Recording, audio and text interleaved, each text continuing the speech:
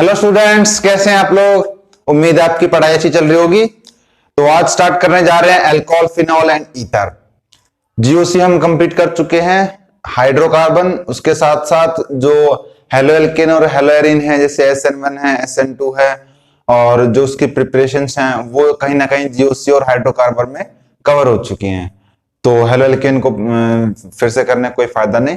तो स्टार्ट करते हैं अल्कोहल, फिनॉल एंड ईथर। चलिए स्टार्ट करते हैं। तो स्टार्ट करते हैं अल्कोहल।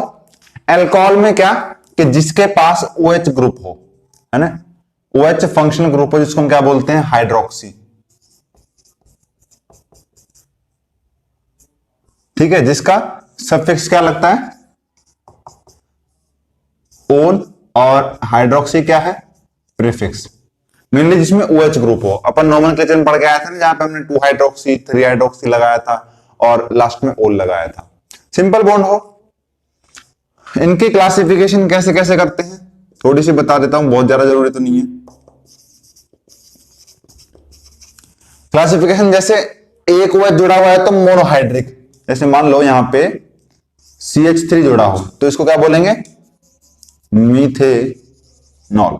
और वो क्या होगा, मोनोहाइड्रिक। मोनो मतलब एक, हाइड्रिक मतलब एक हाइड्रोक्सिल ग्रुप जुड़ा है ना। तो मोनोहाइड्रिक। डाइहाइड्रिक, ये आप जानते होंगे क्या है, ग्लाइकॉल, है ना, ग्लाइकॉल है ना। ये कैसा है, डाइहाइड्रिक, क्योंकि यहां पे क्या है, 2 OH लगे हुए हैं। ट्राइहाइड्रिक में क्या आता है, जैसे कि ग्लिसरॉल, यहां पे 3 OH जुड़े हुए हैं, है ना। तो मोनोहाइड्रिक जिसमें एक, डाइहाइड्रिक जिसमें 2, ट्राइहाइड्रिक जिसमें 3। प्रिपरेशन देखते हैं। प्रिपरेशन कहां से, फ्रॉम, ये क्या है, एल्काइल हैलाइड। ये रिएक्शन तो आप पीछे भी देख के आ चुके हो एल्काइल हैलाइड की, कि aqueous corner moist silver oxide Ag2O से रिएक्ट करवा दो, क्या मिल जाएगा, अल्कोहल, या फिर QH से रिएक्ट करवा दो। अब यहां पे SN1 और SN2 दोनों चीजें लिखी हुई हैं। ऐसा क्यों, क्योंकि हमने SN1 और SN2 में दोनों में देखा था, है ना। SN2 में कुछ CH3 कुछ ऐसे था ना, ये H, ये H, ये OH, ये H। यहाँ पे इंटरमीडिएट, मतलब इंटरमीडिएट तो नहीं बन रहा था यहाँ पे, लेकिन ट्रांजिशन स्टेट बनी थी जहां पे ऐसे हमने देखा था। एक मिनट यार, ये Cl था, और फिर यहां से ये OH इंटरमीडिएट में, और ये Cl, और ये हाइड्रोजन, ये हाइड्रोजन। फिर अगले स्टेप में ये Cl निकल गया था, याद है, वो गर्लफ्रेंड आ रही है, मम्मी जा रही है, हाँ वो वाली। फिर यहां से C, H, OH और H और H। तो ये तो हो गई SN2। SN1 में क्या होता, SN1 में जैसे 3 कार्बन से जुड़ा हो, मान लो, क्योंकि वहां पे SN2 में तो प्राइमरी से ज्यादा, फिर सेकेंडरी, फिर टर्सरी एक्टिविटी ये होती है। लेकिन SN1 में टर्सरी, सेकेंडरी और प्राइमरी। तो यहाँ पे Cl जुड़ा हो तो पहले ये टूटता, फिर यहाँ पे क्या बनता, कार्बोकैटायन बनता, फिर इसके बाद OH अटैक करता, है ना। तो दोनों चीजें पॉसिबल है, डिपेंड करता है कि ये चेन कैसी है। मान लो अगर कि ये प्राइमरी चेन हो तो ये जाएगा SN2 में, अगर ये टर्सरी चेन हो तो जाएगा SN1 में। अगर सेकेंडरी हो तो डिपेंड करेगा पोलर प्रोटिक सॉल्वेंट है कि एप्रोटिक सॉल्वेंट है। क्लियर। फ्रॉम एल्कीन्स जैसे bye acid catalysed hydration. Acid जो है कैटालाइज कर रहा हो रिएक्शन को, और उसके साथ साथ हम हाइड्रेशन कर दे तो भी क्या मिल जाएगा, अल्कोहल। कैसे, जैसे यहां देख लीजिए, ये एल्कीन है, आईपीसी क्या हुआ इसका, अरे सबको पता है यार, प्रोप P या प्रोप 1E। तो यहां पे H2O और H+। अच्छा, यहां पे ये कंपाउंड बन गया और ये फॉलो कर रहा है किसको, मार्कोनिकॉफ रूल को। मार्कोनिकॉफ रूल जस्ट ये एक्सप्लेन करके बताता हूं, वैसे तो पता होगा आपको। यहां पे देखना H2O, मैकेनिज्म क्या है इसकी, कि पानी पहले H+ आयन को एक्सेप्ट करेगा और क्या फॉर्मेशन करेगा, हाइड्रोनियम आयन। ठीक है। अब ये अगेन एल्कीन लिया हमने, ये क्या बन गया, हाइड्रोनियम आयन, हाइड्रोनियम आयन बन गया ना। अब ये क्या करेगा, इसके प्रेजेंस में ये वाला बॉन्ड टूटेगा और यहां पे बनेगा कार्बोकैटायन। तो कौन से मैकेनिज्म को फॉलो कर रहा है, कार्बोकैटायन मैकेनिज्म को। फिर यहां पे एक H2O का हमने लेके आए क्या मॉलिक्यूल, और वो आके इससे कुछ इस तरह से जुड़ गया, है ना, कुछ इस तरह से, ठीक। फिर हमने एक अगेन H2O का मॉलिक्यूल लिया। अब इस मॉलिक्यूल ने क्या किया कि यहां से H+ निकाल लाया और यहां पे क्या बना लिया, हाइड्रोनियम आयन, ठीक। अब यहां से H निकल जाएगा तो ये वाली चीज देखना, ये वाली चीज, ये CH, ये OH बन गया ना, यानी कि ये अल्कोहल, यही तो है, यही तो है। तो यहां पे क्या फॉर्मेशन होगी, अल्कोहल की, है ना। फटाफट एक बार मार्कोनी और एंटी मार्कोनी समझ लेते हैं। अगर आपको आता है तो आप वीडियो स्किप कर सकते हैं, बताना जरूरी है। यहां पे क्या होगा देखना कि जैसे CH3 CH2 CH2 plus H2O है, ठीक है। अब ये बॉन्ड क्लेवेज होगी ना, तो यहां पे दो तरह के कार्बोकैटायन बन सकते हैं कि एक तो ये बन जाए और एक ये बन जाए, है ना। ये दो तरह की बन सकती है। जब मार्कोनी रूल फॉलो होगा, जब मार्कोनी, इसको कैसे तोड़ेंगे, HOH में, यहां से H+ और OH में। जब मार्कोनी रूल फॉलो होगा ना, तो ये वाला कार्बोकैटायन यानी कि जो सेकेंडरी है, यानी कि जो ज्यादा स्टेबल है, या अगर मैं मार्कोनी को रूल कहूं तो इस तरह से फॉलो करेगा कि सबसे ज्यादा टर्शियरी स्टेबल, फिर सेकेंडरी, फिर प्राइमरी। पहले अगर टर्शियरी बन रहा होगा तो सेकेंडरी नहीं बनाएगा, सेकेंडरी बन रहा होगा तो प्राइमरी नहीं बनाएगा। तो यहाँ पे देखना सेकेंडरी बन रहा है तो इसको फॉलो करोगे तो यहाँ पे क्या बन जाएगा, OH और CH3, ये बना मार्कोनी को रूल के हिसाब से। लेकिन अगर यहां पे कहीं H2O2 होता, H2O2 क्या होता है, हाइड्रोजन परऑक्साइड, वहां पे क्या लगता है, एंटी मार्कोनी या खाराश इफेक्ट बोलते हैं जिसको। तो वहां पे क्या होता, यहां पे अगर सेकेंडरी बन रहा है तो प्राइमरी बनाएगा, टर्शियरी बन रहा है तो सेकेंडरी बनाएगा, मोर स्टेबल नहीं बनाने देगा कौन, H2O2। तो यहां पे प्रोडक्ट क्या फॉलो होगा, CH3 CH2 और CH2OH, ये प्रोडक्ट एंटी मार्कोनी में एप्लीकेबल। क्लियर होगी, अब नहीं बोलोगे, चले आगे। नेक्स्ट है by hydroboration oxidation. Hydroboration oxidation अपन पहले भी एक बार समझ चुके हैं, लेकिन यहां पे थोड़ा सा डिफरेंट है। यहां पे क्या यूज कर रहे हैं हम, डाइबोरेन। ये अगेन एल्कीन है, एल्कीन में यहां पे क्या यूज किया हमने, डाइबोरेन। रिएक्ट करके क्या किया देखना, यहां पे ये वाली चीज टूटी है, एक गई है इस वाले के पास और एक गई है इस वाले के पास। यहां पे कार्बोकैटायन फॉलो करेगा।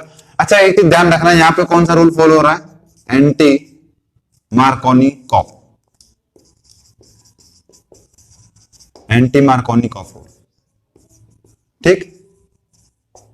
देखना ना, ये मोरबल की ग्रुप है और यहाँ पे जो है प्राइमरी बन रहा है, तो किसको फॉलो कर रहा है, एंटी मार्कोनी कॉफ को।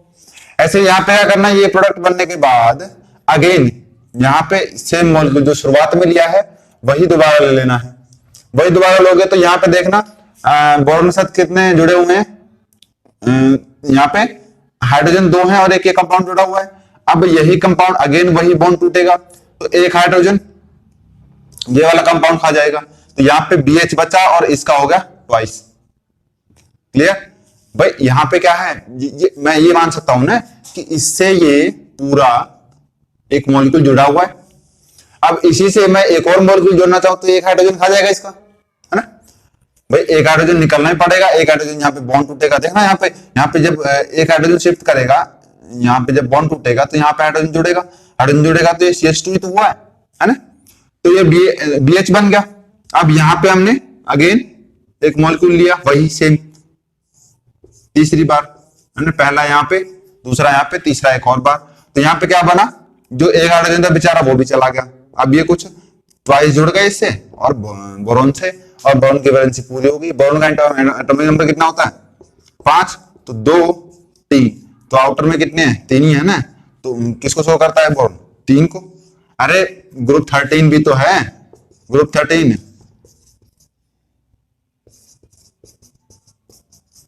Boron, aluminium, gallium, indium, thallium, है ना। तो ये इसकी पूरे ग्रुप ऑक्सीजन स्टेट कितनी होती है, +3। नीचे वालों की +1 ज्यादा स्टेबल होगी due to inert pair effect. मैं ऑलरेडी क्लियर कर चुका हूं, अब इस पे टाइम वेस्ट नहीं करेंगे। ठीक, तो यहाँ पे बन गया। अब यहाँ पे क्या लेना, H2O परऑक्साइड और OH नेगेटिव। यहाँ पे क्या होगा, फिर ये वाला कंपाउंड हटेगा तो यहाँ पे 3 अल्कोहल मिल जाएंगे, अल्कोहल। यहां पे अपने को गुड यील्ड मिलेगी, या कह सकते हैं one of the best method. ठीक, और यहां पे ये क्या है, याद है ये H3BO3 S ब्लॉक में पढ़ के आए होंगे, सॉरी P ब्लॉक में 11th में, है ना, बोरिक एसिड। तो यहां पे क्या बन गया ये, अगेन ये अल्कोहल बन गया यहां पे बाय द हाइड्रोबोरेशन ऑक्सीडेशन। ठीक है, चले आगे।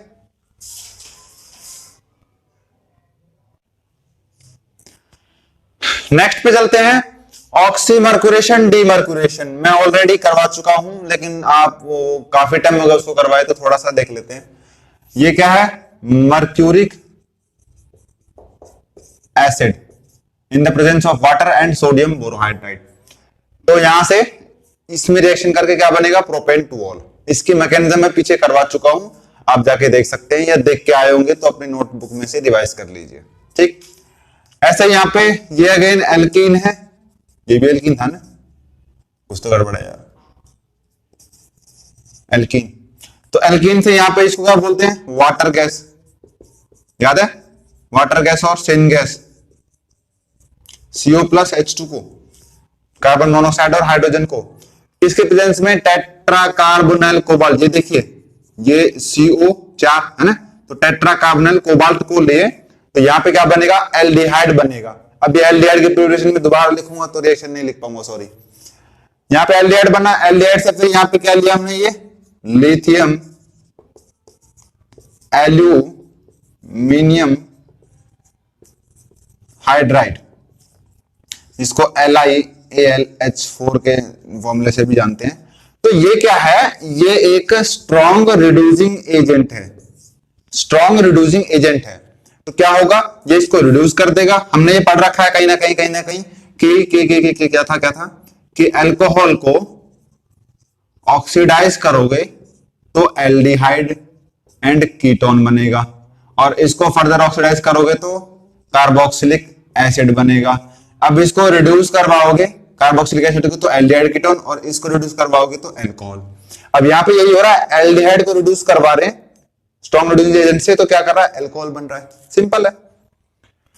वर्क का प्रोसेस भी ऑलरेडी हो चुका है, ये अगेन एल्कीन। अच्छा, ये ध्यान रखना है, स्टेप अप रिएक्शन है, कई बार पूछ लेते हैं डायरेक्टली।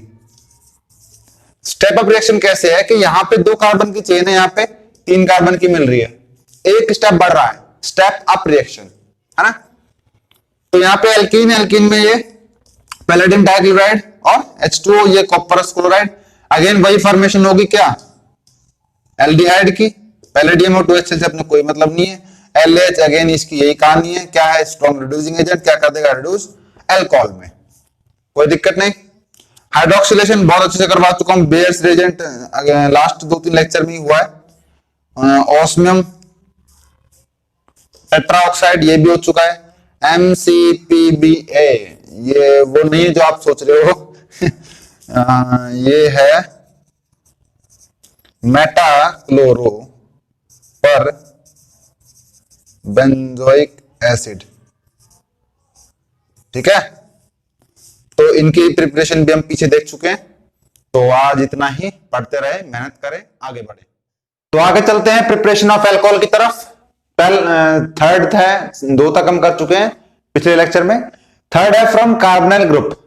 कार्बोनिल ग्रुप से कैसे, कई तरीके हैं। पहला क्या है कि by reduction with hydronium ion supplier, मतलब जो हाइड्रोनियम आयन को सप्लाई कर सके, NaBH4 सोडियम बोरोहाइड्राइड या फिर लिथियम एल्यूमिनियम हाइड्राइड। खास बात क्या है कि लिथियम हाइड्राइड H+ तो देगा, लेकिन इसको पानी के साथ यूज नहीं कर सकते, ठीक, ये रिस्ट्रिक्शन है। तो हाइड्राइड आयन H2O, ये वाटर है ना, पानी से मिलकर क्या बना लेगा, H2 गैस और OH नेगेटिव। तो इसलिए हम इसको पानी के साथ यूज नहीं कर सकते। इसको पहले क्या करना पड़ेगा, इसको पहले न्यूक्लियोफिलिक एडिशन करनी पड़ेगी, उसके बाद H2O एसिडिक मीडियम में डालना पड़ेगा, तब जाके ये लिथियम एल्यूमिनियम हाइड्राइड के लिए है। सोडियम बोरोहाइड्राइड के लिए कोई रिस्ट्रिक्शन नहीं है, वो डायरेक्ट अटैक कर देगा, उसमें कोई प्रॉब्लम नहीं है। लेकिन यहाँ पे ये क्या बना लेगा, हाइड्रोजन गैस बना लेगा, जो कि हम ऐड नहीं कर पाएंगे। क्लियर? ये क्या है again, carbonyl group. Carbonyl group में क्या हुआ, जैसे ये लिथियम एल्यूमिनियम हाइड्राइड, ये आपको पता होगा स्ट्रॉन्ग रिड्यूसिंग एजेंट है ना। तो ये क्या करेगा, यहाँ पे बॉन्ड क्लेवेज करेगा, बॉन्ड क्लेवेज करेगा तो और एक हाइड्रोजन देगा, एक हाइड्रोजन देगा तो यहाँ पे एक हाइड्रोजन आके जुड़ जाएगी कुछ इस तरह से, और ये बॉन्ड क्लेवेज होकर यहाँ चला जाएगा। अब H2O की प्रेजेंस में H+ है, अब अपने को खाली यहाँ पे H+ ऐड करना है, ये बन गया। ये कौन सा ग्रुप है, अल्कोहल का, जिसको हम क्या बोलते हैं, हाइड्रोक्सी ग्रुप भी बोलते हैं। ठीक, ये क्या प्रिपरेशन हो गई हमारी, अल्कोहल। सोडियम बोरोहाइड्राइड केस में ऐसा कुछ नहीं है, sodium borohydride directly in the presence of water alcohol formation कर देगा। चले आगे, नेक्स्ट देखते हैं। अगर COCl ग्रुप हो तो COCl को आपको जानते होंगे एसाइल ग्रुप बोलते हैं, है ना, एसाइल ग्रुप। इस केस में क्या होगा कि जब LH एक्ट करेगा in the presence of H2O, ये सेकंड केस में, पहले यहाँ पे ये एक्ट हो चुका है, उसके बाद वाटर आएगा। जैसे यहाँ पे देखें तो पहले हाइड्राइड आयन का एक्ट, तो यहाँ पे बॉन्ड क्लेवेज हुई, क्लेवेज हुई तो कुछ इस तरह का इंटरमीडिएट बन गया। अब यहां से हमने जो Cl आयन है इसको एक्सट्रैक्ट कर लिया, निकाल लिया इसको। यहां से क्या फॉर्मेशन हो गई, ये एल्डिहाइड जैसे कुछ दिख रहा है, हाँ जी एल्डिहाइड ही है, यहां लिख देता हूं एल्डिहाइड। अब एल्डिहाइड को एक बार तो यहां रिड्यूस हो गया, एक बार और रिड्यूस करेंगे। ये मैं फिर से बता दूं एक बात कि अल्कोहल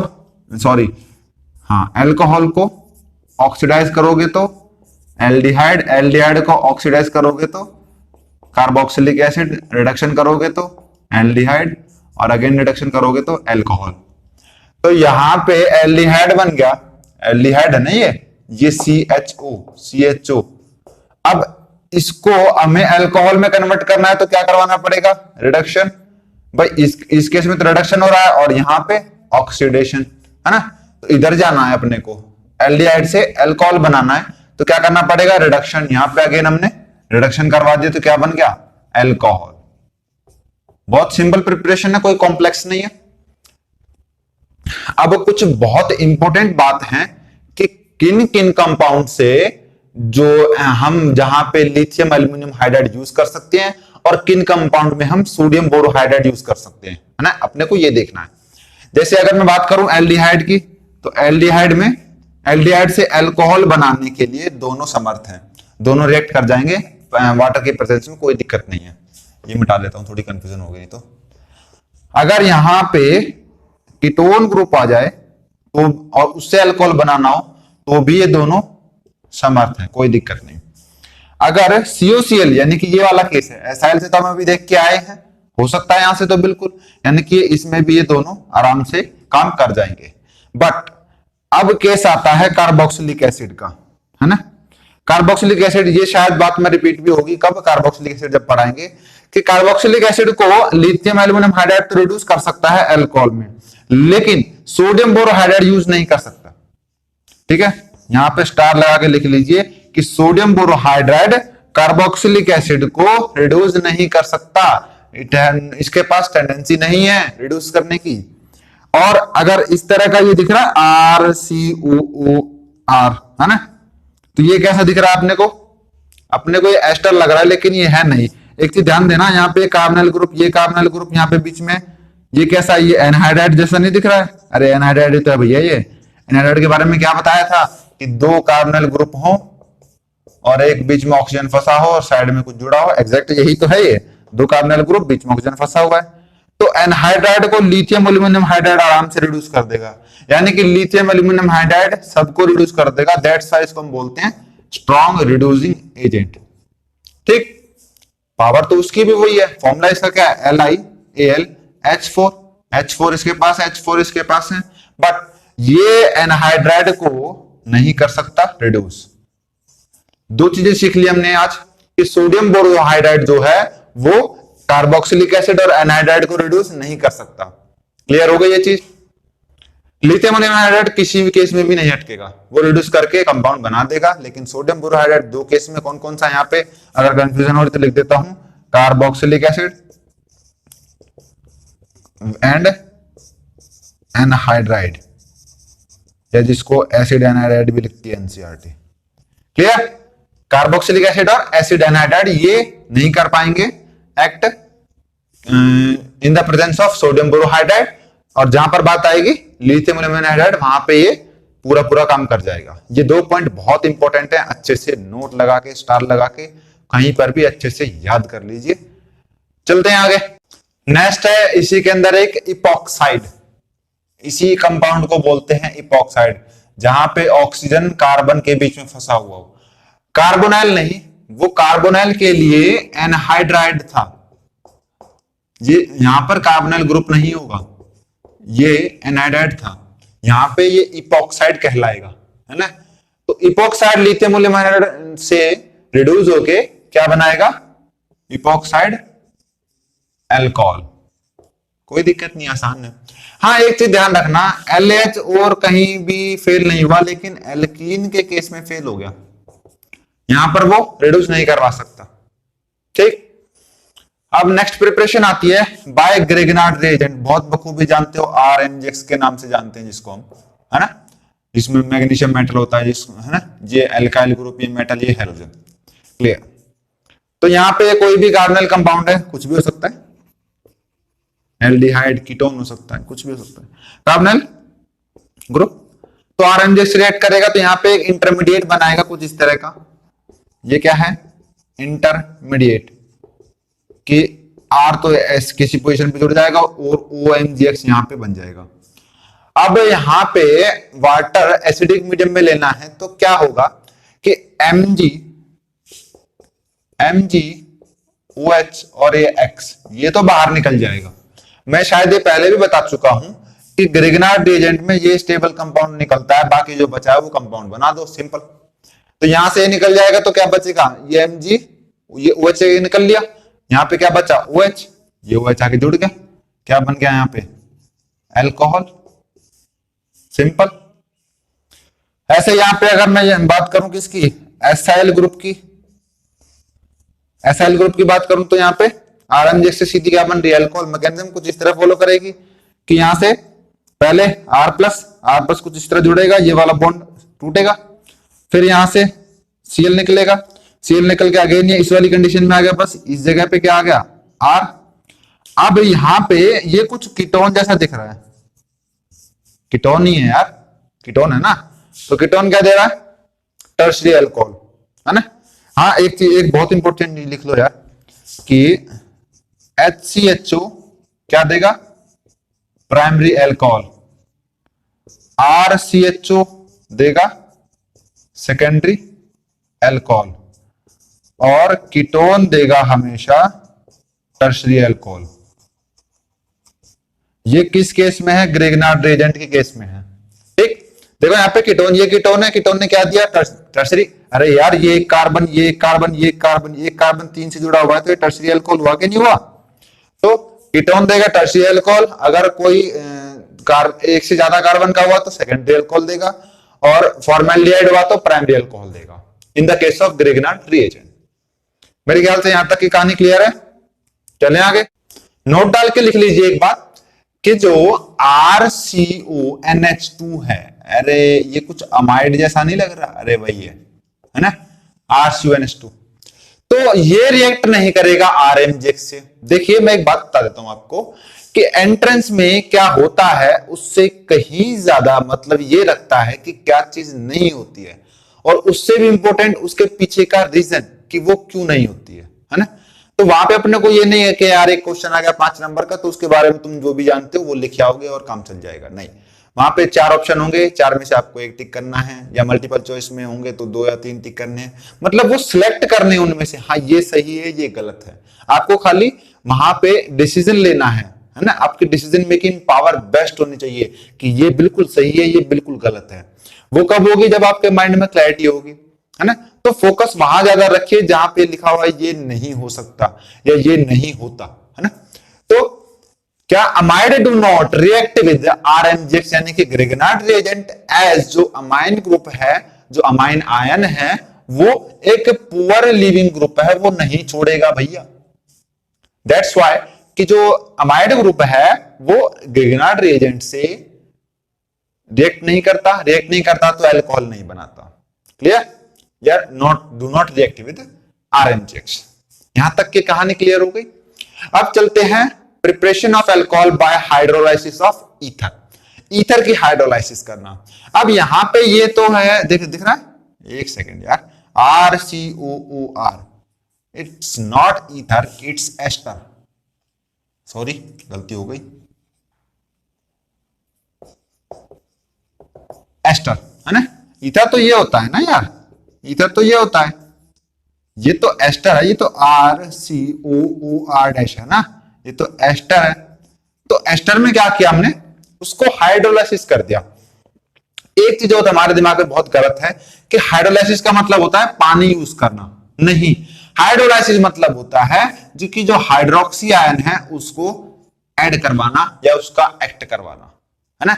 अब H2O से ले लो या NaOH ले लो, ये दोनों ही क्या करेंगे, यहां पे मान लो ये NaOH है, ये दोनों क्या देंगे, OH नेगेटिव। भैया पानी कैसे टूटेगा, HOH, तो ये OH देगा, ऐसे Na प्लस में टूटेगा और OH नेगेटिव में टूटेगा, ये भी क्या देगा, ये देखो दोनों कॉमन आयन है कि नहीं है ना।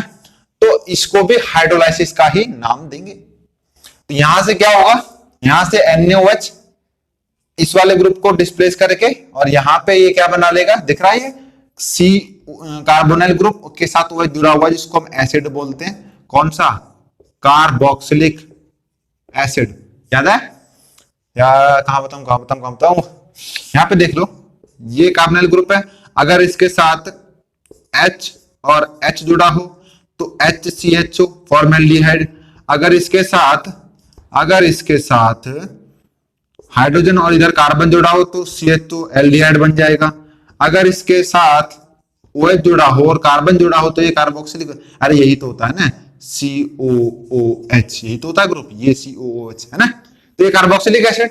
और यहां क्या मिल गया जो अपने को चाहिए, अल्कोहल प्रिपरेशन के लिए चाहिए भैया। हाँ, कभी रात का क्वार्टर लेके बैठे हो, अल्कोहल, क्लियर। अच्छा, जो अल्कलाइन हाइड्रोलाइसिस होती है, अल्कलाइन हाइड्रोलाइसिस ही तो है, इसी को हम क्या नाम देते हैं, स्पॉनिफिकेशन, है ना। कई बार पूछ लेते हैं स्पॉनिफिकेशन से आप क्या समझते हैं, है ना, या किन इनमें से कौन सी की स्पॉनिफिकेशन हो रही है। तो क्या बोल रहा है कि जो अल्कलाइन हाइड्रोलाइसिस है उसको हम स्पॉनिफिकेशन भी बोलते हैं। अब इसकी मैकेनिज्म बड़ी मजेदार है कि ये क्या है, एस्टर, अगेन एस्टर, ये अल्कोहल ग्रुप, अब इसने ये वाला बॉन्ड क्लेवेज करवाया। अब जब ये वाला बॉन्ड क्लेवेज हुआ कुछ इस तरह से, तो यहां पे अब कार्बन के 3 बॉन्ड हो गए, ये बड़ा इच्छुक है भैया बॉन्ड बना ले, आजा, ये बना लिया भैया इसने बॉन्ड, है ना। जब ये बॉन्ड बना लियो या ना, तो ये कहा करो जो सोडियम आयन बचाओ या लेकर या यहां पे आयन बना दो और यहां पे यू ऐसे आकर चिपक गए, है ना, यू बन गो कार्बोक्सिलेट आयन, कार्बोक्सिलेट आयन। अरे ऐसे ही तो लिखो, you RCOO negative Na, A D carboxylation में ना पड़ का है जिसे सोडियम कार्बोक्सिलेट आयन बोले। यहां बन गो अल्कोहल, एक स्टेप तो यू हो सके, और यू किसकी गैल है, ईथर की गैल, यू ईथर की गैल, ईथर की गैल कैसे, ईथर की गैल हम डायरेक्ट एसिड हाइड्रोलाइज करवा सकते हैं, है ना, एसिड हाइड्रोलाइज करवाओ, सिंपल। यहां पे क्या मिल गया, कार्बोक्सिलिक एसिड, और यहां पे क्या मिल गया, अगेन अल्कोहल ना लिखो मैंने, हाँ यू कहा मिल गो अल्कोहल और यू भी अल्कोहल मिल गो। कुछ पल्ले पड़ रही भैया, स्पॉनिफिकेशन कहा हुआ है, मैंने एस्टर और ईथर की दोनों की बता दी, यहां पे लिख दूं ईस्टर एंड ईथर, ठीक है भैया, ठीक कर लीजिए। स्टार्ट करते हैं, लास्ट प्रिपरेशन रह गई थी, वो क्या है, by primary amine. Primary amine कैसे, कि ये वाला जो अमीन ग्रुप है इससे एक कार्बन चेन जुड़ी हुई है तो ये होगा प्राइमरी, अगर 2 जुड़ी होती तो मान लो NH ये और ये होता, और टर्शरी में R एंड R, ये सेकेंडरी हो गया और ये टर्शरी हो गया, क्लियर। तो प्राइमरी अमीन से कैसे, NaNO2HCl, ये कंडीशन कुछ डायजोटाइजेशन जैसी नहीं लग रही? यहां से हम क्या प्रिपेयर करेंगे, इंटरमीडिएट क्या बनेगा, एल्काइल डायजोनियम सॉल्ट। ठीक, जैसे बेंजीन डायजोनियम सॉल्ट बनता था ना, यही तो था यार, NaNO2HCl, है ना, ये 273 से 278 डिग्री केल्विन, 0 से 5 डिग्री सेल्सियस, बात तो वही है। तो प्राइमरी अमीन से पहले क्या बनेगा, एल्काइन डायजोनियम सॉल्ट, और उसके बाद क्या होगा, अल्कोहल में कन्वर्जन होगा, है ना। तो बाय प्राइमरी अमीन से भी हम अल्कोहल को प्रिपरेशन कर सकते हैं। नेक्स्ट पे आते हैं, नेक्स्ट है केमिकल प्रॉपर्टीज। केमिकल प्रॉपर्टीज देखनी अपने को, थोड़ी सी एक चीज समझा दूं पहले। अच्छा, ये अपने को दिख रहा है, ये बेस है, और देखा जाए तो ये एसिड है, वीक एसिड है लेकिन एसिड है ना। तो बेस और जब एसिड रिएक्ट करेंगे तो यहां पे ये क्या बन गया, ये तो H प्लस है, एक्सेप्ट करके आ गया ना इसका, तो ये क्या बन गया, कंजुगेट, ये कंजुगेट एसिड बन गया। जो बेस का प्रोडक्ट बना है वो कंजुगेट एसिड, और जो एसिड का बना है वो कंजुगेट बेस। अब इस वाले कंपाउंड के पास बेस जैसी प्रॉपर्टी है और इस वाले कंपाउंड के साथ एसिड जैसी। देखा जाए तो ये H प्लस डोनेट कर सकता है और ये लोन पेयर डोनेट कर सकता है। अपने को याद हो लोन पेयर का कंसेप्ट लुइस भाई का, भैया का, लुइस भाई साहब ने क्या बोला था कि एसिड वो है, एसिड एंड बेस। बेस किसको बोलते हैं, जो लोन पेयर डोनेट कर सके, और एसिड वो है जो लोन पेयर एक्सेप्ट कर सके। ठीक है, जैसे बेस में यहां पे एग्जांपल दिया था NH3 का, NH3 के पास हाइड्रोजन है, कोई OH नहीं है, तो यहां पे इसके पास क्या था, लोन पेयर था, तो ये क्या था, लुइस बेस था। बट ये लुइस बेस नहीं है, ये कंजुगेट बेस है। कंजुगेट बेस मतलब जो एसिड से कुछ निकलने के बाद बना हो।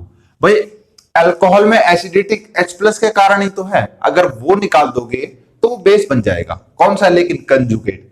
ऐसे ही बेस अगर एक्सेप्ट कर लेगा तो वो क्या बन जाएगा, कंजुगेट एसिड। ठीक, एसिडिक नेचर देखें अब, एसिडिक नेचर में ये क्या है, अल्कोहल, अल्कोहल रिएक्ट करेगा किससे, सोडियम, ये एक्चुअल में सोडियम नहीं है, सोडियम आयन है ना। तो सोडियम आयन यहाँ पे क्या बना लेगा, इंटरमीडिएट, और यहाँ पे H2 गैस निकाल देगा। चलो ये तो एक बात समझ में आती है कि हाँ ये कुछ इस तरह का आयन बना लेगा। लेकिन अगर यहां देखूं तो ये है अल्कोहल जो कि एक वीक एसिड है, NaOH जो कि वीक बेस है, और यहां पे क्या बन रहा है, ये स्ट्रॉन्ग बेस और स्ट्रॉन्ग एसिड। अरे ऐसा हो सकता है क्या कि आप पढ़ो नहीं, लिखो नहीं, मेहनत नहीं करो और रिजल्ट बहुत अच्छा है? नहीं हो सकता, ये रिएक्शन नहीं होगी, कभी भी नहीं होगी। पूछ सकते हैं, है ना, कि वीक एसिड और वीक बेस, ये ध्यान रखना, कभी भी वीक एसिड और वीक बेस मिलकर स्ट्रॉन्ग बेस स्ट्रॉन्ग एसिड नहीं बना सकते। समझ रहे हो बात को? Weak acid and weak base कभी भी स्ट्रॉन्ग बेस और स्ट्रॉन्ग एसिड फॉर्मेशन नहीं कर सकते। और एसिडिक स्ट्रेंथ क्या होगी, यहाँ पे H2O की ज्यादा है अल्कोहल से। ये सोचने वाली बात है, ऐसा क्यों है कि पानी अल्कोहल से भी ज्यादा एसिडिक है, मतलब अल्कोहल उससे भी ज्यादा बेसिक है, कह सकते हैं। थोड़ा समझने की कोशिश करते हैं, यहां समझ लेते हैं। जो ये HOH है, ठीक है, और इस यहीं पे OH के साथ R जुड़ा हुआ है, ये अल्कोहल का स्ट्रक्चर है, ये पानी का। अब अगर मैं इस OH ग्रुप को देखूं, इस OH ग्रुप को देखूं तो यहाँ पे H प्लस है, H प्लस तो कोई डोनर नहीं है, लेकिन यहाँ पे क्या है, कार्बन चेन है। ये क्या करेगी, ये प्लस आई इफेक्ट शो करेगी। हमने एक जगह चीज पढ़ी है कि electron releasing group decrease the acidity and electron withdrawing group increase the acidity. अब इन दोनों कंपेयर करें तो यहां पे तो इलेक्ट्रॉन रिलीजिंग ग्रुप नहीं है, लेकिन यहां पर मौजूद है। इस वजह से ये इसको कुछ इलेक्ट्रॉन डोनेट करने की सोचेगा, जिसके कारण इलेक्ट्रॉन रिलीजिंग ग्रुप इसकी जो एसिडिटी है उसको डिक्रीज कर देगा। यही एक रीजन है कि पानी की ज्यादा एसिडिक स्ट्रेंथ होती है बजाय अल्कोहल के। यह एक तरह से और भी कह सकते हैं कि इनके जो आयंस है after release of H plus, reason फिर भी वही रहेगा। देखो मैं बताता हूं, थोड़ा सा रब कर दूं।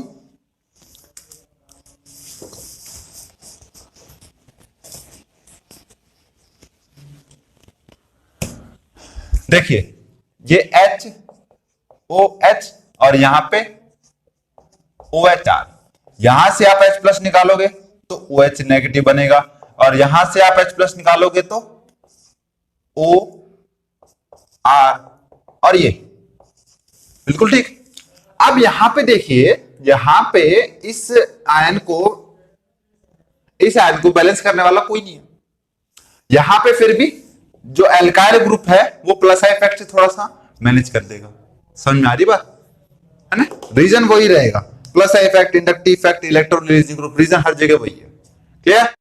इसी में आगे देखते हैं कि ये अगेन एक बेस है, बेस एसिड से रिएक्ट करेगा तो वही कहानी, conjugate acid and conjugate base. ये देख लीजिए, यहां पे एल्कोक्साइड आयन है, इसको क्या बोलते हैं? Alkoxide ion. ये पानी एसिड है इसके। अब देखिए यहां पे एसिड लिखा हुआ है इसके प्रेजेंस में, है ना, क्योंकि इससे ज्यादा है, तो यहां पे क्या बना लेगा? कंजुगेट एसिड और ये conjugate base. Clear? Acidic strength आप एक बार वीडियो पॉज करके खुद ट्राई कीजिए, बहुत मुश्किल नहीं है, आसान है। कर लिया? चलिए, जिन्होंने आंसर दिया बहुत बढ़िया। यहां पे देखें, पहले में देखें तो OH ग्रुप सबके पास है ना, तो यानी कि है तो ये पूरा एल्कोहल ही। देखना क्या है, यहाँ पे एक कार्बन है, यहाँ पे 2 कार्बन है, यहाँ पे 3 कार्बन है, मतलब यहाँ पे 1 प्लस आई इफेक्ट होगा, यहाँ पे 2 प्लस आई इफेक्ट होंगे, और यहाँ पे 3 प्लस आई इफेक्ट होंगे। यहाँ पे एक function group electron releasing group है, इलेक्ट्रॉन रिलीजिंग ग्रुप जो कि डिक्रीज करता है एसिडिटी को, है ना। तो इसके पास 1, इसके पास 2, इसके पास 3, तो सबसे कम इसकी होगी, उससे कम इसकी, सबसे कम इसकी, तो सबसे ज्यादा एसिडिक ये होना चाहिए, then this. Clear? Same rule यहां लगा दो भाई, यहां पे 1 2 1 2 3 1 2 3 4 है। ये थोड़ा सोच के बताना यार मुझे।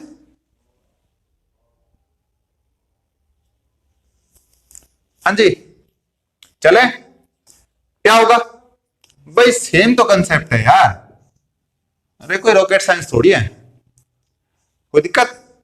चलिए, एस्टरिफिकेशन में एक चीज ध्यान रखिएगा, जहां पे हम ड्राई HCl यूज करेंगे तो उस रिएक्शन का नाम हम बोल देंगे फिशर स्पीयर एस्टरिफिकेशन। ये वाली चीज देखो, टर्म्स जो मैं बता रहा हूं कुछ याद रखनी बहुत जरूरी है ना। तो क्या है? फिशर स्पीयर एस्टरिफिकेशन, क्योंकि जहां पे हम ड्राई HCl लिखा हो ना, ड्राई HCl लिखा हो, अगर हम वहां पे एस्टरिफिकेशन करवा रहे हो, ठीक। एस्टरिफिकेशन में क्या यूज करना अपने को? पहला है कार्बोक्सिलिक एसिड और ये है अल्कोहल, दोनों को यूज कर लिया। तो यहां पे क्या हुआ? ये कुछ ऐसा नहीं दिख रहा, RCOOR डैश, जिसको हम एस्टर बोलते हैं, और साथ में पानी, ऐसा दिख रहा है। तो एस्टर बन रहा है, उसी को तो बोल रहे हैं एस्टरिफिकेशन। एस्टरिफिकेशन यानी कि फॉर्मेशन ऑफ, ये क्या है? एस्टर, नहीं तो एस्टर। चलो इसके मैकेनिज्म देखते हैं। मैकेनिज्म कैसे हुआ कि किसके प्रेजेंस में है? H2SO4। H2SO4 क्या करेगा यार? यहाँ पे स्प्लिट कर देगा तो H प्लस देगा, और HSO4 नेगेटिव, ये आयन है। अब ये स्ट्रॉन्ग एसिड है ना, H2SO4, तो H प्लस दे देगा। H प्लस ने क्या किया? ये दिख रहा है आपको, ये कौन सा कंपाउंड है? ये R डबल बॉन्ड OH, ये कौन सा कंपाउंड है यार? ये बताओगे मुझे? ये RCHO तो नहीं है? नहीं, यहां पे थोड़ी गलती हो गई है मुझसे, ये OH आएगा, ठीक है। हाँ, तो क्या होगा? ये है कार्बोक्सिलिक, इसको हमने H प्लस दिया तो ये वाला बॉन्ड टूटेगा, तो ये H प्लस एक्सेप्ट करेगा, एक्सेप्ट करके ये कुछ इस तरह का कार्बोकेटाइन बनाएगा। इसी टाइम पे आदम का कौन? अल्कोहल का अटैक हो गया। अल्कोहल ने क्या किया कि इससे, इस वाले से ये वाली बॉन्डिंग बना ली, ये वाली, है ना। ये कार्बन और ऑक्सीजन कुछ इस तरह से जुड़ गए, है ना। और अब यहां से H निकाल लो, यहां से OH निकालो, H2O यानी कि डिहाइड्रेशन 1 मोल निकाल दो, तो क्या बचेगा? RCOO, और यहां से H प्लस और निकाल दो, ठीक। तो क्या बन जाएगा? Ester, RCOOR dash. ये होगा आपका एस्टरिफिकेशन। क्लियर? समझ में आ रहा है? बहुत बढ़िया। नेक्स्ट देखते हैं, ये भी वही है, एस्टरिफिकेशन का पार्ट है, लेकिन आपको इस तरह से कंफ्यूज करने का ये बेस्ट एग्जांपल है कि यहाँ पर भी वो ऑक्सीजन बॉन्ड है, यहाँ पर भी ऑक्सीजन बॉन्ड है। कुछ न कुछ सोचेंगे कि यार ये वाला तोड़ू, कुछ सोचेंगे ये वाला तोड़ू, कुछ ये वाले बॉन्ड को तोड़ के यहाँ पे जोड़ के बना के आ जाएंगे, है ना। तो ये वाला ऑप्शन में मौजूद होगा, है ना, जो कि ये वाला बॉन्ड टूट के H+ जुड़ेगा, वही आपकी कंफ्यूजन होगी। ये ध्यान रखिए कि रिएक्टिविटी कार्बोक्सिलिक की जो है, तो कार्बोक्सिलिक अपने ही एसिड जो अपना कार्बोनिल ग्रुप है उसी को तोड़ेगा और किसी को नहीं। जहां पे तोड़ेगा वहीं पे H+ जोड़ेगा, है ना, और तभी वहां से आप अगेन एलिमिनेट करके ये H2 निकल जाएगा ना वहां से, तो तभी वहां पे क्या बन जाएगा एस्टर। यहां पे नहीं बनेगा वो, है ना, ये चीज दिमाग में रखना। यहां पर ये क्या बना दिया एस्टर। तो जहां पर भी आपको इस तरह की कंफ्यूजन दिखे तो जो कार्बोक्सिलिक एसिड वाला कार्बोनिल ग्रुप है वहां पे पूरी मैकेनिज्म अप्लाई करनी है आपको। क्लियर। अब reaction due to carbon oxygen cleavage, जो कार्बन ऑक्सीजन की क्लेवेज होगी उसके बारे में देखते हैं। यार ये चीज तो मैं शायद बता चुका हूं यार। ये मान लो ये R है, तो यहाँ पे अगर ये CH3 होता तो ये कार्बन ऑक्सीजन का बॉन्ड होता ना इसमें। R का मतलब तो एल्काइल ग्रुप है। अच्छा बताइए फटाफट, PCl5 PCl3 और SOCl2 इनकी रिएक्शन क्या क्या होंगी, जल्दी से बताइए। अच्छा RCl यही है बस। अरे हेलो एल्कीन जब करवाया था उसमें पढ़ के आ चुके हो यार। ये याद करो कि इसके साथ क्या निकलता था, SO2 प्लस HCl, दोनों गैसियस प्रोडक्ट थे। इसको हमने एक नाम से पढ़ा था जिसको हम बोलते हैं डार्जिन्स मेथड, आया याद, जो कि हेलो एल्कीन के लिए बेस्ट प्रिपरेशन मेथड था, है ना, भूल गए यार तुम लोग। तो यहाँ पे क्या बन जाएगा एल्काइल हैलाइड, बस सिंपल, कोई दिक्कत नहीं। यहाँ पर भी अगर H+ में हीट करोगे तो यहाँ से H2 निकल जाएगा, ये एल्कीन फॉर्मेशन हो जाएगी। ये इसकी केमिकल प्रॉपर्टी है, प्रिपरेशन नहीं।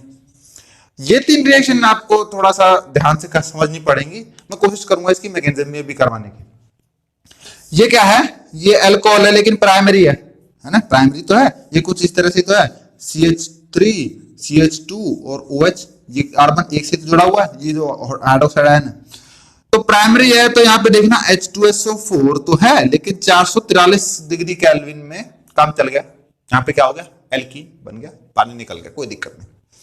लेकिन जब यहाँ पे सेकेंडरी था तो सेकेंडरी के साथ क्या हुआ कि 85% तो H3PO3 है और 440 यानी कि यहां से 3 केल्विन कम, ऊपर से ये भी कम दिया है, तो क्या बन गया, यहाँ पे एल्कीन बन गया। ठीक है। और यहाँ पे देखें तो यहाँ पे ये टर्शरी है, टर्शरी है ना, तो टर्शरी तो 20% में भी काम चल गया और 358 केल्विन में ही ये एल्कीन में कन्वर्ट हो गया। तो समझ में क्या आ रही है कि प्राइमरी तो ज्यादा कंडीशन ले रहा है, सेकेंडरी उससे कम और टर्शरी सबसे कम। ऐसा क्यों हो रहा है, क्योंकि हमने स्टेबिलिटी पढ़ी हुई है। स्टेबिलिटी किसकी, अल्कोहल्स की। अल्कोहल की स्टेबिलिटी का ऑर्डर क्या होता है, टर्शरी, सेकेंडरी, देन प्राइमरी।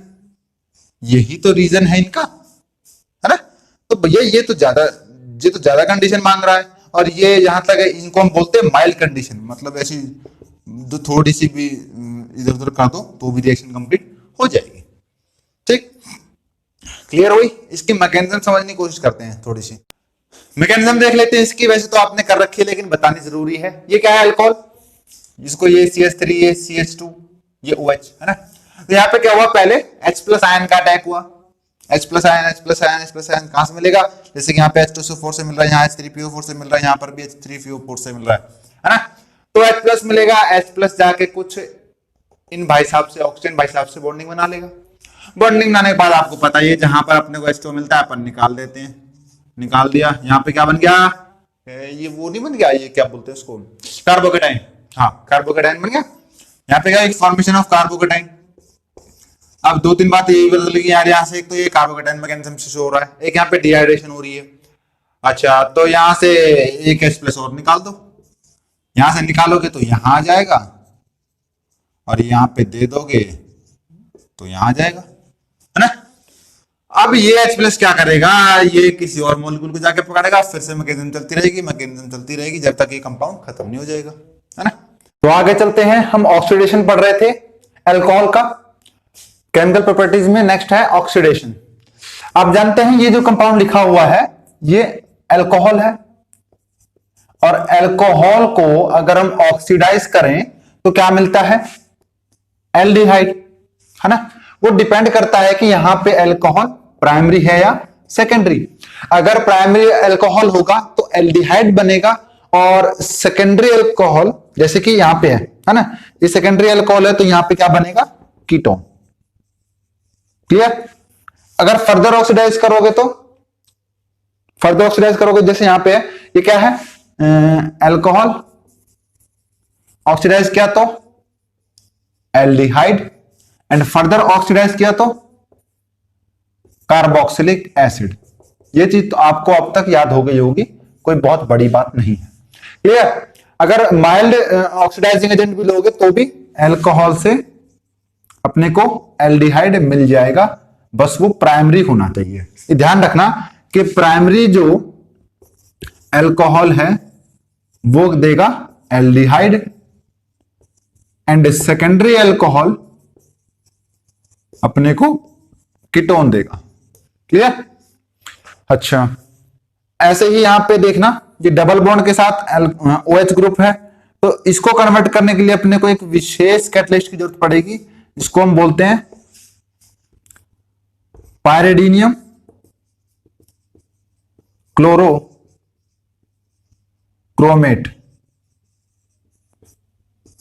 ठीक, एनसीईआरटी पीसीसी लिखती है, तो यहां से अपने को हम इसको कन्वर्ट कर सकते हैं। ये कहां यूज होगा, जहां पर डबल बॉन्ड यानी कि पाई बॉन्ड मिलेगा या फिर sp2 हाइब्रिडाइजेशन मिलेगी, इनको वहां यूज करना है।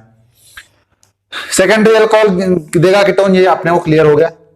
और आगे देखते हैं मिसलेनियस रिएक्शन। मिसलेनियस रिएक्शन में सबसे पहला है डिहाइड्रेशन एसिडिक मीडियम में। तो अल्कोहल का डिहाइड्रेशन थोड़ा विचित्र है, देखते हैं कि कंसंट्रेटेड H2SO4 या Al2O3, ये दोनों क्या है यहाँ पे, ये दोनों कैटलिस्ट, इनका और कोई मतलब नहीं है, दे आर कैटेलिस्ट। कैटलिस्ट क्या होते हैं, जो स्पीड अप करते हैं रिएक्शंस को, तो ये कैटलिस्ट करेंगे। और यहां पे टेम्परेचर का बहुत अंतर है। टेम्परेचर अगर 443 केल्विन रखोगे तो यहां पे मिलेगा आपको एल्कीन, और मात्र 413 पे थोड़ा सा टेम्परेचर कम कर दो तो यहां पे अपने को ईथर मिल जाएगा। ठीक, ये बहुत ही इंपॉर्टेंट रिएक्शन है, स्टार लगा के लिख लीजिएगा। ठीक है, कि क्या, कि अगर अल्कोहल को कंसंट्रेटेड सल्फ्यूरिक एसिड या एल्यूमिनियम ट्राइऑक्साइड में रखें कैटलिस्ट के तौर पे, और वहां पे अगर 443 केल्विन टेम्परेचर दें तो एल्कीन मिलता है, और 413 रखें यानी कि थोड़ा टेम्परेचर कम कर दें तो ईथर मिलता है। क्लियर। तो इस चीज को नोट कर लें। अच्छा, इसका एक बार आईयूपीएसी नेम बताने की कोशिश करोगे। बिल्कुल सही, देखो इस तरफ भी बराबर है, इस तरफ भी बराबर है, तो क्या होगा, किसी के साथ भी भेज दो, इथॉक्सी इथेन। क्लियर। आईयूपीएसी की प्रैक्टिस करते रहना, क्योंकि आईयूपीएसी हम समय के साथ साथ भूलते जाते हैं। तो आगे चलते हैं। नेक्स्ट है डिहाइड्रोजिनेशन। अगर हम अल्कोहल को, सॉरी प्राइमरी अल्कोहल को, है ना, प्राइमरी अल्कोहल को अगर कॉपर के प्रेजेंस में 573 केल्विन पे अगर हम रिएक्ट करवाएं तो वो एल्डिहाइड देता है।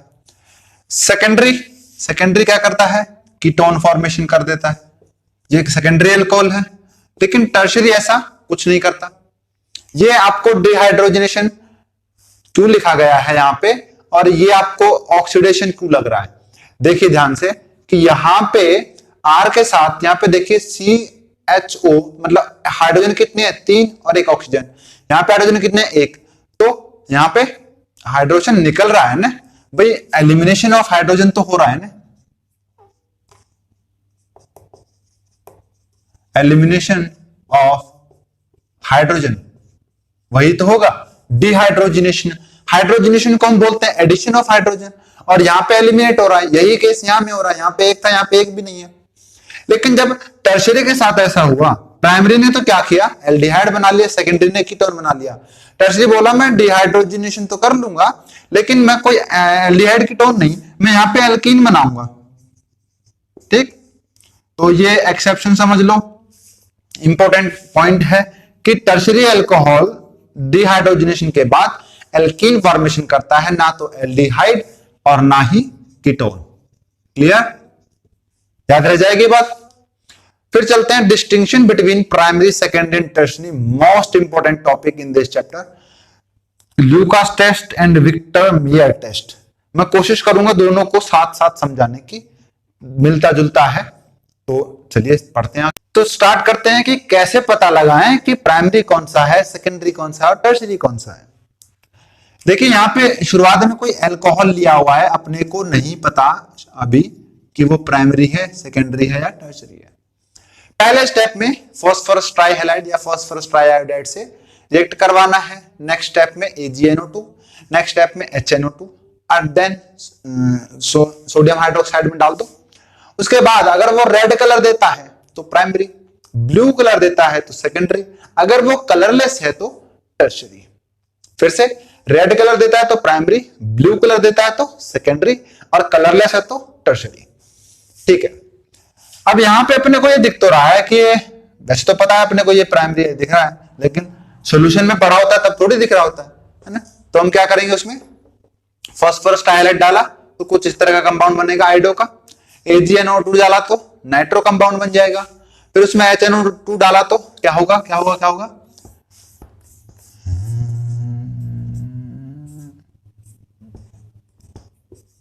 यही तो है HNO2, है ना। तो यहां से 2 हाइड्रोजन ले लो और यहां से एक ऑक्सीजन H2 निकाल दो, तो क्या होगा, ये वाला बॉन्ड इसे बना लेगा। यहां पे क्या बन जाएगा, इसको बोलते हैं नाइट्रोलिक एसिड। बहुत जरूरी नहीं है, बस वैसे बता दिया, नाइट्रोलिक एसिड। फिर सोडियम हाइड्रोक्साइड में डाला तो यहां पे क्या मिल गया, रेड, जिससे हमें क्या पता चल रहा है कि ये प्राइमरी है। कोई दिक्कत नहीं। पहले स्टेप में फास्फोरस ट्राइहैलाइड, सेकंड स्टेप में AgNO2, थर्ड स्टेप में HNO2 and then NaOH। Clear, याद रह जाएगा, पहला, दूसरा, तीसरा और चौथा, 4 स्टेप में आपको पता चल जाएगा कि अल्कोहल प्राइमरी है, सेकेंडरी है या टर्शरी है। सेम वही कहानी इसकी है। ये अपने को अल्कोहल तो है, लेकिन अभी अपने को दिख रहा है कि ये सेकेंडरी है, लेकिन जब सॉल्यूशन में पड़ा होगा तब थोड़ी पता चलेगा। भाई यहाँ पे सामने अल्कोहल पड़ा हुआ, ये थोड़ी पता चलेगा, इस तरह से थोड़ी दिखेगा। तो पहला step PI3, then AgNO2, nitro compound, पहले आइडो कंपाउंड, फिर nitro compound, then elimination of, यहाँ पे डिहाइड्रेशन। एक स्टेप और जोड़ लीजिए, 3 के बाद चौथा लिख लीजिए dehydration, and fifth is sodium hydroxide. Dehydration, then ये क्या बन गया, सूडो नाइट्रोल, मतलब नाइट्रोल जैसा है लेकिन असल में वैसा है नहीं, सूडो नाइट्रोल। और उसको NaOH में डाला तो यहाँ पे ब्लू कलर दिखेगा, ब्लू नाइट्रोल का। तो ब्लू कलर कौन देगा, सेकेंडरी। तो ये कौन सा हो गया भैया, सेकेंडरी। क्लियर। तो मैं इन स्टेप को कंबाइन करने की कोशिश करता हूं। पहला स्टेप कौन सा है, PI3, दूसरा देख के बताइए AgNO2, तीसरा HNO2 एंड फोर्थ डिहाइड्रेशन, यानी कि elimination of water, and fifth is NaOH। अब इसमें डालने के बाद पता चलेगा कि वो रेड है तो प्राइमरी, अगर वो ब्लू है तो सेकेंडरी, और अगर वो कलरलेस है तो वो टर्शरी। ठीक, एक बार टर्शरी का और देख लेते हैं। नेक्स्ट है, अगर टर्शरी अल्कोहल हो, अगेन वही बात दिख रहा है भैया, टर्शरी है, सॉल्यूशन में थोड़ी दिखेगा। तो पहला step PI3, second AgNO2, third one is NaOH। आप सोच रहे होंगे इसमें बीच में कहीं वो कट गया, हाँ जी, एक स्टेप मैंने काट दिया गलती से, HNO2 वाला और प्लस डिहाइड्रेशन वाला। आप इसको याद रखो ना कि पहले पे PI3, दूसरे पे AgNO2, तीसरे पे HNO2, चौथे पे डिहाइड्रेशन और पांचवें पे NaOH। बस हो गया काम तुम्हारा। तो यहां पे क्या हुआ कि सोडियम हाइड्रोक्साइड में कोई कलर नहीं आया तो मैं समझ गया, मैं बहुत चंट आदमी हूं कि अगर रेड आएगा तो प्राइमरी, ब्लू आए तो सेकेंडरी और कलरलेस आए तो टर्शरी। पता है मुझे। अब आती है बात फिनॉल की। फिनॉल फिनॉल फिनॉल फिनॉल दुनिया बोलती है, अपन इसको कार्बोलिक एसिड बोलेगा। बहुत कम दुनिया जानती है कि फिनॉल को कार्बोलिक एसिड भी बोलते हैं, और यही बात जो एंट्रेंस में क्वेश्चन सेट कर रहे हैं वो भी जानते हैं। बोल दे कार्बोलिक एसिड, हम तो पूरा साल फिनॉल पढ़े हैं, साला क्वेश्चन ही घूम गया। तो स्टार्ट करते हैं इसकी प्रिपरेशन से। पहला डाउस प्रोसेस, देखते देखते बोर हो गए होंगे अब तक। तो क्या है ये, हेलो एरीन, वैसे तो ये क्लोरोबेंजीन है लेकिन हेरोइन है। सोडियम हाइड्रोक्साइड डालो, सीधा क्या बनेगा, कार्बोलिक एसिड या कह दो फिनॉल। बात एक ये, यहां पे आपको दिख रहा होगा कि पहले एलिमिनेट हुआ है क्या, NaCl। ये Na भाई साहब इनको लेके निकल लिए और OH यहाँ पे छोड़ गए, तो ये कौन से मैकेनिज्म को फॉलो करेगा, elimination then addition, elimination addition reaction है ये, ठीक है, पढ़ा चुका हूं मैं वैसे भी। फ्रॉम बेंजीन डाइजेनम सॉल्ट BDS, ये क्या है, बेंजीन डाइजोनियम सॉल्ट। इस पे तो पूरा एक लेक्चर अलग से बनाया हुआ है। बेंजीन डाइजोनियम सॉल्ट में कुछ नहीं, पानी डाल दो, वार्म कर दो, गर्म पानी डाल दो, क्या बन जाएगा, फिनॉल। ठीक, इसमें भी कुछ खास नहीं है। हाँ ये खास है कि decarboxylation of sodium salicylate. Sodium salicylate आपको याद हो तो यहां पे अगर मैं इसको एक स्टेप में और तोड़ना चाहूं वो कुछ ऐसा होगा, ये इसको क्या बोलेंगे, याद है कुछ, सैलिसाइक्लिक एसिड। और इसको अगर मैं सोडियम आयन की प्रेजेंस में रखूं या NaCl की प्रेजेंस में रखूं तो यहां से HCl बाहर और ये जाके जुड़ जाएगा और क्या बना लेगा, सोडियम सैलिसाइलेट। अब इसमें अपने को NaOH डालना है। NaOH डालने के बाद क्या होगा, 2 Na हो गए, Na2, एक कार्बन है CO3, एक ऑक्सीजन ले रहा, एक ऑक्सीजन ले रहा, एक ऑक्सीजन ले रहा, CO3। अब बचा क्या, OH तो बचा, ये वाला पूरा ग्रुप तो निकल लिया भैया। देखो Na2, ये रहा एक ये रहा Na2, CO3, ये रहा एक ऑक्सीजन, 2 ऑक्सीजन और तीसरा ऑक्सीजन, ये तो ग्रुप हट गया। बचा क्या खाली, फिनॉल, या जिसको हम कार्बोलिक एसिड भी बोलते हैं। चलते हैं आगे। नेक्स्ट प्रिपरेशन है फ्रॉम क्यूमीन। अरे भैया क्यूमीन क्या बला आ गई है, हमने तो पहली बार सुनी है। क्यूमीन बोलते हैं आइसोप्रोपाइल बेंजीन को।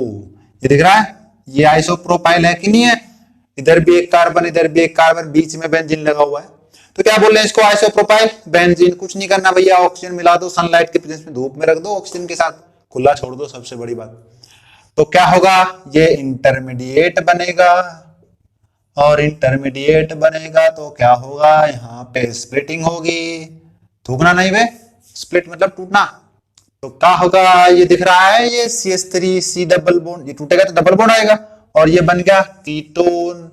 नहीं समझ में आ रहा तो बना देता हूं, ये कार्बन, ये एक और कार्बन और फिर ये एक और कार्बन, यही तो है। अरे ये कार्बन ये कार्बन ये कार्बन, बना क्या, फिनॉल। हाँ भैया carbolic acid, phenol preparation from cumene से, वेरी इजी। ओहो ये क्या भला है, हम जानते हैं यार, क्या भैया मजाक करते हो। ग्रिग्नार्ड रिएजेंट बहुत हेल्पफुल है भैया ऑर्गेनिक में, इसके बिना तो पासा हिलता ही नहीं। तो ग्रिग्नार्ड रिएजेंट कैसे हुआ, ये हो गया R, ये हो गया Mg और ये होगा X, है नहीं, RMgX को तो बोलते हैं ग्रिग्नार्ड रिएजेंट। तो हाफ O2 डाल दिया तो कुछ इस तरह का इंटरमीडिएट बन गया, पूरा ऑक्सीजन जाके चिपक गया, ये क्या बना, इंटरमीडिएट। पानी डाला एसिडिक मीडियम में, ओहो ये तो मैंने शुरुआत में बात बताई होगी कि MgOH और X, इससे ज्यादा कुछ निकल ही नहीं सकता इसमें, ग्रिग्नार्ड रिएजेंट में। कहीं भी ग्रिग्नार्ड रिएजेंट यूज करो, ये निकाल दो, जो बचा वही कंपाउंड बनेगा। ठीक, तो ये निकाल दिया भैया, ये MgOH और ये X ही तो है, यही तो है हेलोजन। तो यहां अगेन क्या बच गया, फिनॉल। क्लियर। फिर आता है बेंजीन सल्फोनिक एसिड, वो तो असल में ये है, लेकिन ये कैसे बना ये भी तो पता होना चाहिए। पहले उठाओ बेंजीन, टायर नहीं है साइकिल का, बेंजीन है। बेंजीन उठाया और हमने किया यूज किया ओलियम।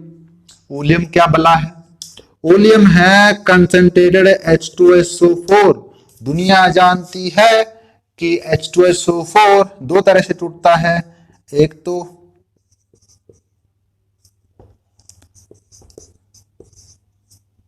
तो ऐसा और एक ऐसा।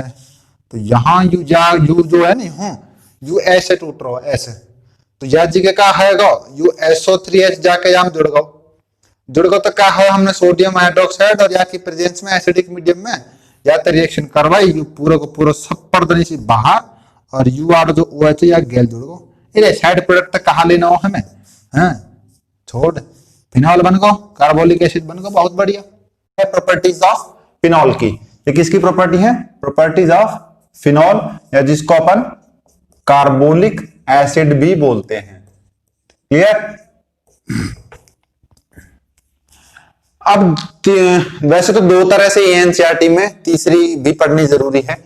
पहली क्या है कि reaction due to cleavage of OH bond, जब OH बॉन्ड जैसे कि फिनॉल है ना, ये वाली, ये फिनॉल, अब यहाँ पे ये बॉन्ड है और ये बॉन्ड है, यहाँ पे कार्बन है, तो या तो ये बॉन्ड टूटे तब इसकी केमिकल प्रॉपर्टी हम स्टडी करें, या फिर ये कार्बन ऑक्सीजन का बॉन्ड टूटे इसकी हम स्टडी करें, है ना। तो पहली कौन सी है, reaction due to cleavage of OH bond, यानी कि ये वाली क्लेवेज होगी और फिनॉक्साइड आयन बनेगा, और सेकंड है reaction due to cleavage of carbon oxygen, ये वाला OH ग्रुप जब हटेगा, इसकी प्रॉपर्टीज अपने को पढ़नी है। तीसरा है मिसलेनियस रिएक्शन, ये जब आएंगी तभी समझ में आएगा। तो पहले देखते हैं reaction due to cleavage of OH bond, जहां पे क्लेवेज होनी है OH बॉन्ड की। उससे पहले हम जान लेंगे एसिडिक स्ट्रेंथ किनकी, किस हिसाब से हम चेक करेंगे। एक बार वीडियो पॉज करके आप, ये एक आपके लिए प्रश्न है, क्वेश्चन है, आप इसको एक बार ट्राई जरूर कीजिए, इस तरह का क्वेश्चन आपके एंट्रेंस में मिल सकता है। कर लिया, चले। तो देखिए मैंने आपको दो बातें बताई हैं, उन्हीं से ये प्रश्न सॉल्व हो जाएगा कि electron releasing group decrease acidity and electron withdrawing group increase acidity. ठीक है। अब इस समय कॉमन क्या है, बेंजीन है, benzene benzene benzene benzene common, OH common, OH common, OH common, OH common, OH common. ठीक। अब है क्या कि ये तो है सीधा सीधा फिनॉल, अब इससे कंपेयर करनी है अपने को। अगर इससे मैं इसको कंपेयर करूं तो यहां पे क्या है, electron releasing group. Releasing group क्या करता है, एसिडिटी को घटाता है। तो ये जाहिर सी बात है कि फिनॉल से एसिडिटी इसकी कम होगी, ये चीज क्लियर है।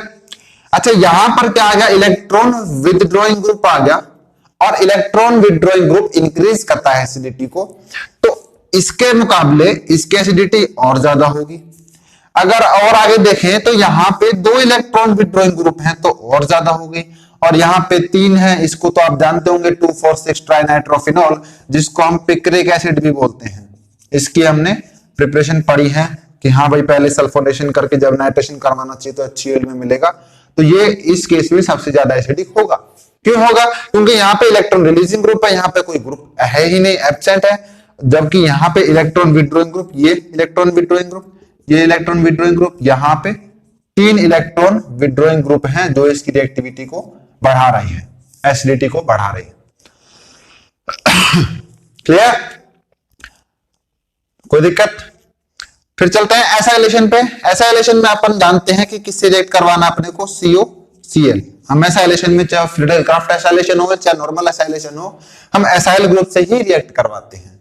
तो होना क्या है कि एसाइल ग्रुप इससे रिएक्ट करेगा और यहां से HCl बाहर, यहां पे HCl अपने को एलिमिनेट करना है, और ये बाकी बचा हुआ ग्रुप यहां पे जाके ऐड हो जाएगा।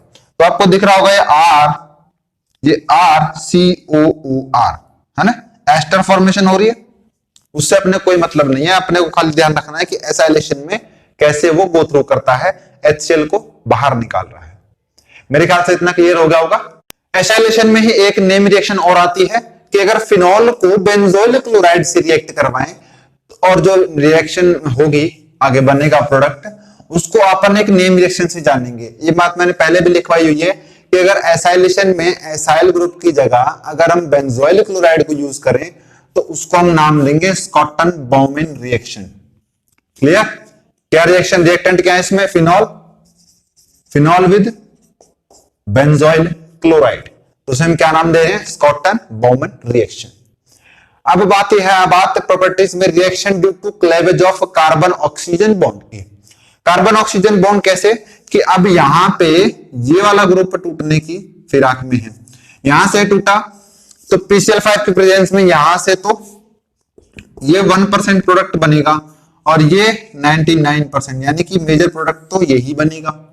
यहां से हमें दो बातें सीखने को मिल रही हैं कि एक तो यहां से अगर हम हेलो एरीन की प्रिपरेशन सीखना चाहें तो बहुत गलत होगा, कि फिनॉल से अगर हम हेलो एरीन बनाना चाहें तो वो व्यर्थ है, क्योंकि 1% बन रहा है खाली, और मेजर प्रोडक्ट फास्फोरस के साथ जा रहा है ना।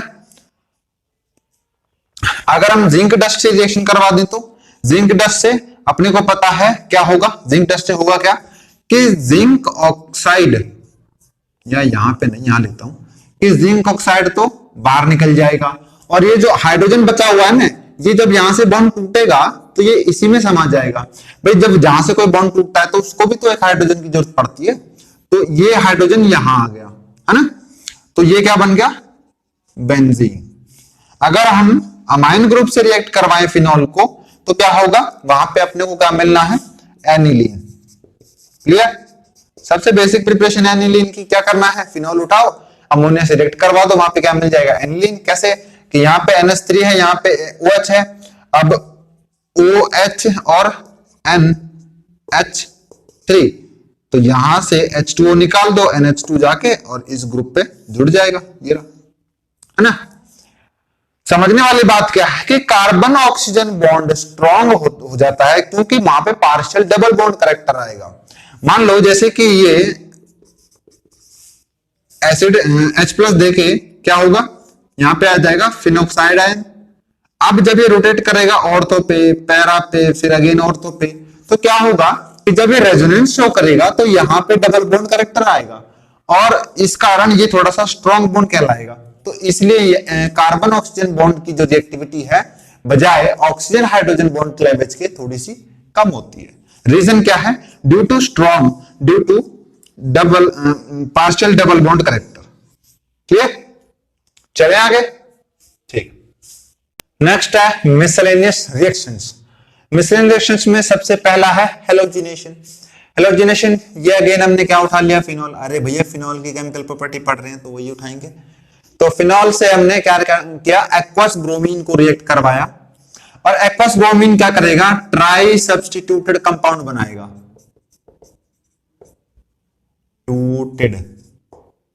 ठीक है, क्या बनाएगा, ट्राई सब्स्टिट्यूटेड, यानी कि ऑर्थो पैरा और अगेन ऑर्थो पे। तो इसको बोल सकते हैं 2,4,6 ट्राई ब्रोमोफिनॉल, हाँ बोल सकते हैं 2,4,6 ट्राई ब्रोमोफिनॉल। अगर ब्रोमीन तो हो लेकिन कार्बन सल्फाइड और कार्बन टेट्राक्लोराइड हो, इसके प्रेजेंस में उसको मेजॉरिटी देखनी पड़ेगी, माइनॉरिटी देखनी पड़ेगी, क्योंकि ये ऑर्थो पैरा डायरेक्टिंग ग्रुप है, तो या तो ऑर्थो पे बनाएगा या पैरा पे बनाएगा।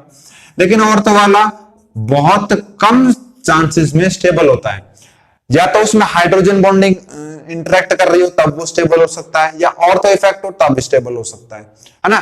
तो ऑर्थो वाला हमेशा लगभग 99% केस में माइनर आता है, क्योंकि यहां पे इन दोनों में रिपल्शन शुरू हो जाता है ना, और यहां पे रिपल्शन मिनिमम है, तो ये मेजर प्रोडक्ट है, यानी कि para bromophenol is the major product. Clear, next है नाइट्रेशन। नाइट्रेशन का भी कुछ ऐसा ही खेल है। पहले हमने क्या लिया, फिनॉल, अरे भैया फिनॉल, तो डाइल्यूट HNO3, कितना डाइल्यूट, यानी कि खाली उसमें 20% नाइट्रिक एसिड हो और बाकी उसमें डाइल्यूशन के लिए हम पानी यूज करते तो 80% पानी, यानी कि ऐसा सॉल्यूशन जिसमें 20% केवल एसिड हो और 80% पानी, है ना। तो अपन जो घर में एसिड यूज करते हैं ना, जो बोतल में आता है 10 रुपए में जो तुम खरीदते हो, तो इसमें केवल 1 और 1.2% कुछ HCl होता है, बाकी पानी होता है। उतने डाइल्यूट में भी वो उतना एसिडिक होता है ना। तो वही खेल यहाँ पे। तो 20% में क्या हो रहा है, ये ऑर्थो और पैरा डायरेक्टिंग ग्रुप है, तो यही बनाएगा। ये अगेन माइनर होगा रिपल्शन के कारण, और ये मेजर होगा। नाम आप कर लोगे, मुझे भरोसा है आप पे। अगर किसी को दिक्कत है तो मैं बता दिए देता हूं। ये क्या होगा, ऑर्थो नाइट्रोफिनॉल, ये पैरा नाइट्रोफिनॉल, सिंपल। अच्छा, यहां पे अगर हम कंसंट्रेटेड नाइट्रिक एसिड लें तो अपने को क्या मिलता है, अरे ये तो आप जान गए होंगे कि ये पिक्रिक एसिड है भैया। लेकिन ये ध्यान रखें कि यहां पर ये लोअर यील्ड में मिलेगा और इस पे बहुत अच्छा क्वेश्चन बन सकता है और बनता भी है भैया। भाई ये 2,4,6 ट्राई नाइट्रोफिनॉल, बट यहां पर ये लोअर यील्ड में है। अगर अपने को पिक्रिक एसिड गुड यील्ड में चाहिए तो ध्यान रखिए पहले उसका सल्फोनेशन करवाना पड़ेगा और उसके बाद नाइट्रेशन करवाना पड़ेगा, तभी वो गुड यील्ड में मिल सकता है, अन्यथा नहीं। ठीक है, ये ध्यान रखिए, ये बहुत इंपॉर्टेंट क्वेश्चन बनता है कि पिक्रिक एसिड गुड यील्ड में कब बन सकता है और कब नहीं। नेक्स्ट आती है एक बहुत ही important name reaction, reamer टीमन reaction, जहां पे फिनॉल रिएक्ट करेंगे क्लोरोफॉर्म से। ये दिख पा रहा है क्या? दिख तो रहा है, जिनको नहीं दिख रहा है वो थोड़ा सुनने का प्रयास करें कि फिनॉल रिएक्ट करेगा किससे? क्लोरोफॉर्म से। CaCl3 ये तो होता chloroform, in the presence of aqueous sodium hydroxide. ये कुछ इस तरह से इंटरमीडिएट बनाएगा, फिर अगेन NaOH रिएक्ट करेगा, अगेन थोड़ा सा आयनिक फॉर्म में आएगा और फिर यहां पे लास्ट में क्या बनेगा? सैलिसैल्डिहाइड या ऑर्थोसैलिसैल्डिहाइड बोल सकते हो, है ना। एक सैलिसाइक्लिक एसिड था और एक सैलिसैल्डिहाइड है, ठीक है, सैलिसैल्डिहाइड। तो यहां पे अपने को पता चलेगा कि रीमर टीमन रिएक्शन में क्या होता है, एक तो फिनॉल है, दूसरा क्लोरोफॉर्म है, तीसरा एक्वस NaOH है। ये यहां नहीं, ये यहां पे थोड़ा लिखना ठीक नहीं है, ये हम कहां यूज कर रहे हैं? यहां यूज कर रहे हैं। तो पहले स्टेप में क्लोरोफॉर्म, दूसरे स्टेप में NaOH और तीसरे में H+। क्लियर कि भाई यहां से H+ दे दिया हमने इसको और यहां पे OH और CHO ग्रुप आ गया। Clear, phenol, chloroform and aqueous sodium hydroxide के प्रेजेंस में सैलिसैल्डिहाइड हम प्रिपेयर कर रहे हैं, ऑर्थोसैलिसैल्डिहाइड। इस रिएक्शन का नाम क्या है? Reamer टीमन reaction. ठीक है, भूलने जाना, बहुत इंपॉर्टेंट है ये। नेक्स्ट आती है मिसलेनियस रिएक्शन में कॉल्बे रिएक्शन। ये भी नेम रिएक्शन है और बहुत इंपॉर्टेंट है, लाइक रीमर टीमन रिएक्शन। यहां पे क्या है कि फिनॉल के साथ सोडियम हाइड्रोक्साइड और पोटेशियम हाइड्रोक्साइड है और वहां पे दूसरे स्टेप में CO2 और एसिडिक मीडियम का यूज किया गया है और यहां पे क्या बन रहा है? Ortho salicylic acid. जैसे वो सैलिसैल्डिहाइड था, ये सैली, ये कौन सा यार? ये O1 वाला ग्रुप है ना, कार्बोक्सिलिक ग्रुप, तो सैलिसाइक्लिक एसिड। क्लियर, क्या है? फिनॉल से सैलिसाइक्लिक एसिड कैसे बन रहा है? In the presence of sodium hydroxide या KOH। भाई यहां पे अगर सोडियम हाइड्रोक्साइड लोगे तो सोडियम आ जाएगा, पोटेशियम लोगे तो पोटेशियम आ जाएगा, ये तो एक ही ग्रुप के है ना।